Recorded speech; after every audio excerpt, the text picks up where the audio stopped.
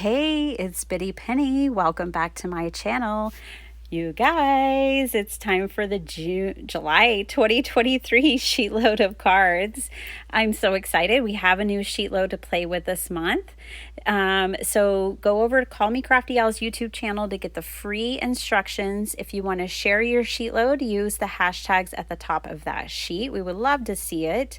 The collaboration team you can find in a playlist in my description box, or you can use the hashtag in the title of my description. When it's blue, you just click on it and it'll show you, hopefully, everyone in the sheetload. So this sheetload's a lot of fun. It called for 12 by 12 paper, but you can definitely use 6 by 6. I am turning these into 5 by 7 cards. You know me. So I decided to play with this old collection. So at first, I really wanted to use some lemons and make some lemon cards, but I ended up not doing that in the end. I'll have to revisit that. But here is the collection I'm using. I got it last year, and it's really weird. I must have had very specific reason for just buying all the plain paper. I don't know what I was thinking, but I had a reason and it has been forgotten. So we're just going to roll with it. So I picked 3 sheets, and these are going to be cut down for kind of my background. So I'm cutting these down to 4 by 6 for my 5 by 7 cards. Obviously, you wouldn't have to have 12 by 12 paper for this. You could use 6 by 6 paper and cut that down to 4 by 6. So I only need 2 sheets of 12 by 12, and I'll have enough to make all 12 cards, which are what this Sheetload makes, is a dozen cards. I love it when it makes a dozen. So I got all of that cut up, and then I grabbed 2 6 by 6 sheets, and I'm going to cut these up to 1 by 6 strips. So these are going to be the strip that goes the length of the card.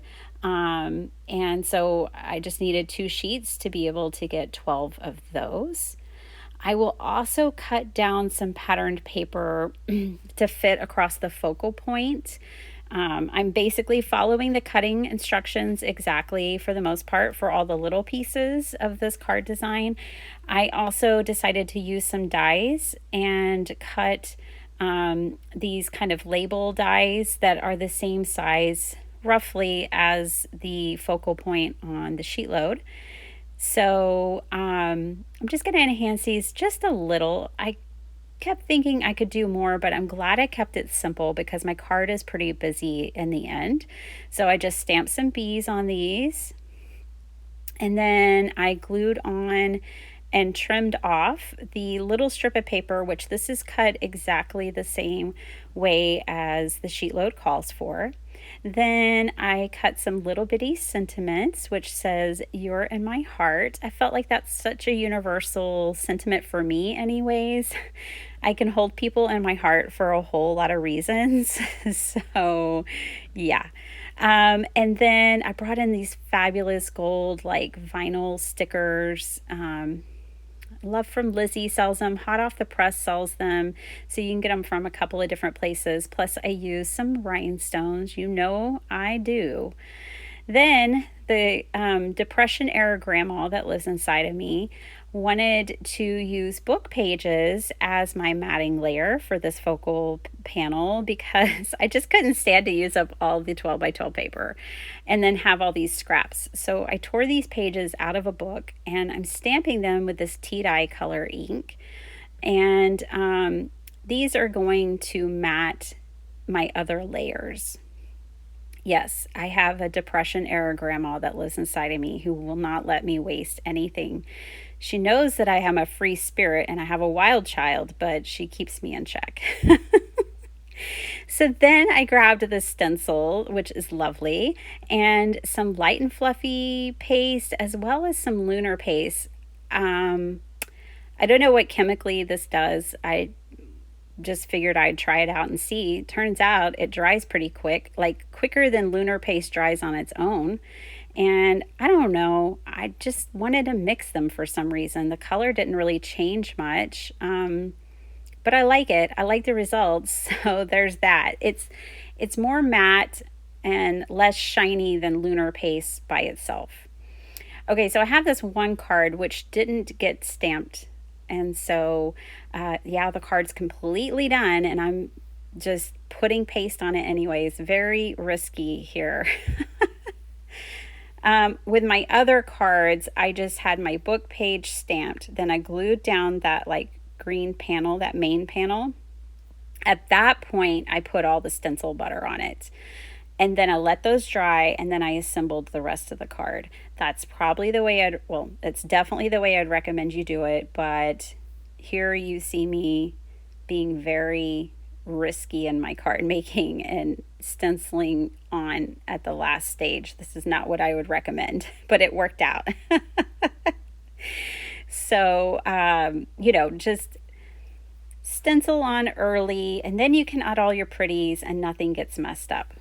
So here are my 12 cards. I really love these cards. I had so much fun making them.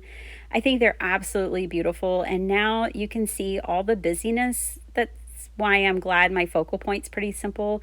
I did use some Hobby Lobby stickables, or whatever they call them, the Hobby Lobby stickers basically. Is the flowers that I used because I didn't have enough from the paper collection itself. So I hope you guys enjoyed this. I hope you get some inspiration. I know you'll find inspiration on this hop. I enjoy it so much. I'm so glad it's back this month, and I know you all are too.